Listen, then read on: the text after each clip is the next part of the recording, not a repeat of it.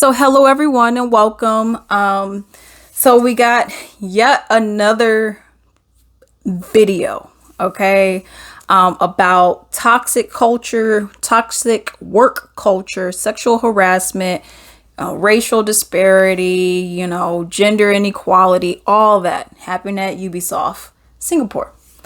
So for people who don't know, it's a gaming company. They make games and all that kind of stuff.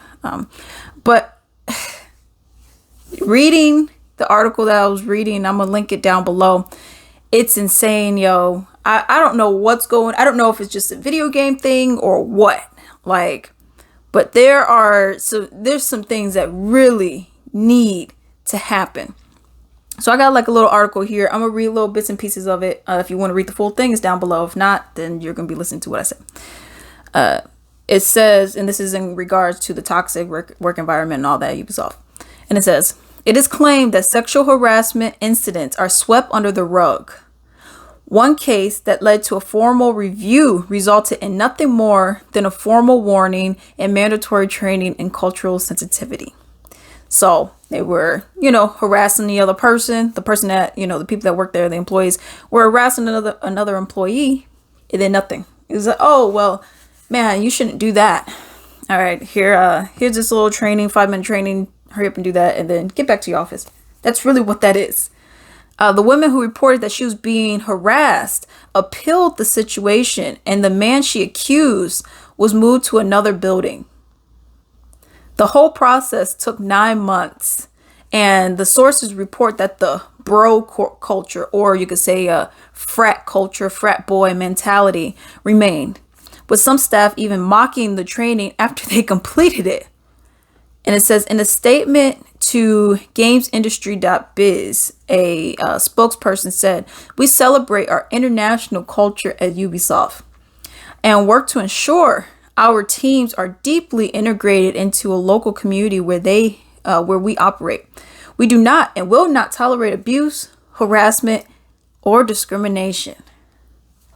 But how is that possible if that's still happening? Now, I'm not going to say every workplace is perfect and we don't see color, we don't see race. That's not a thing. Everyone's equal, men and women. They're the same. They don't have any pay discrepancies or anything like that. Women don't get harassed. Come on. Every company has something, but it's what you do with that situation that's presented to you that makes all the difference. If you're just going to be like, okay, well, someone is harassing me, whatever, and you report it to HR, and you're just like, man, that's crazy. All right. There was just, dang. All right, let me get their name and let me write it down, and I'll talk to them later. Okay. Have fun, but I know you still got to work with them, but I'll call into my office in a few hours or maybe a couple days, okay? Don't worry about it. No, you don't do that. What you do is you have a formal training, and depending on how bad the harassment is, suspension or termination. That's just period. Because no one should have to go to work. Let's be real.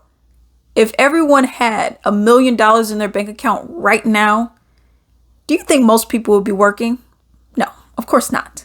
Most people don't want to work. And I understand that, so people are coming to their job, and you got some people who do, but people are coming to their job and they're being harassed.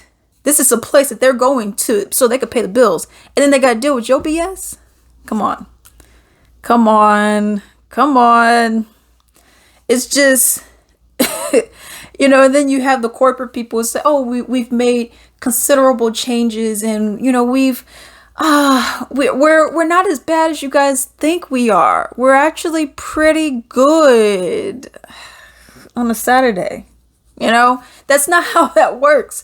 You have to take action.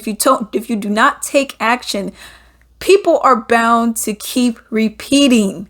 And that's all that's going to happen. You won't have anything that's going to change. You're going to have the people still feeling uncomfortable. No one should go to work feeling uncomfortable. Oh, well, let me try to go through the back door because I know this guy always goes through this door and I don't want him to even talk to me. So you shouldn't have to do that. You should just go to your job, walk in the door, and get to your business.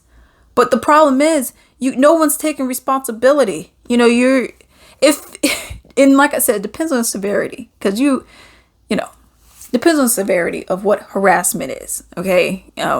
Harassment is not saying hi to you. Like, we've seen those videos. That video that came out years ago, it was this woman in New York, and she was wearing like a regular top or whatever and some jeans, and she had a book bag on. The book bag had a camera. No, she had a book bag on. That was it. But I think it was someone following her. That was part of their whole little sting that they were doing. That had a camera. He was recording, and was recording, people. And she was walking around New York City for like hours, I believe. And people were, commenting, saying things to her. They're like, oh, well, she was being harassed. You had some guys that were saying good morning, good afternoon, hello, beautiful. And they were considering that to be harassment. I'm not saying that's what these people are doing, but that's why I said it depends on the level of severity. If you're just saying good morning, beautiful, and she's not feeling comfortable and she goes to HR, then just get a training. Okay. Maybe you shouldn't be saying good morning, beautiful. Just say good morning. If it's bothering her that much, complete this training. But when you're starting to touch people and you're saying, oh, what that mouth do and all of that stuff, then we need to up it to more than just a training, and maybe a suspension for you. Maybe a demotion, depending on what position you're in. Maybe even a termination, depending on the level of severity with it. That's my opinion on this. Definitely let me know what you guys think in the comments down below. Don't forget to like, comment, subscribe.